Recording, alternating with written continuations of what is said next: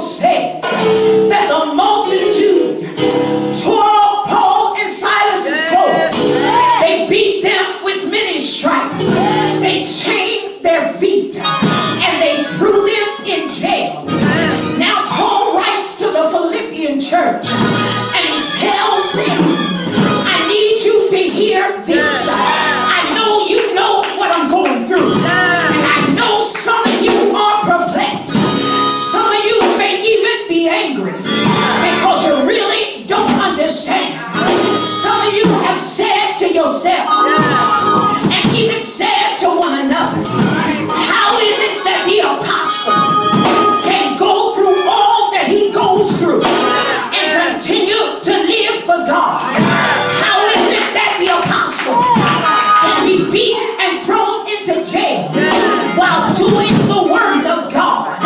But Paul understands that although he was locked up in prison, he continued to serve God. He might have been locked up, but his praise was still free. Is there anybody here that when things look dim, when everything that could go wrong has gone there, do you still have a praise?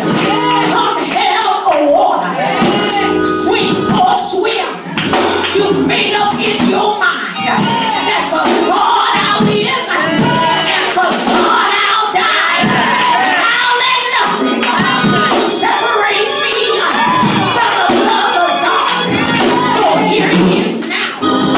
Paul tells the church it had to happen when you are filled with the fruit of righteousness. It had to happen to give God glory.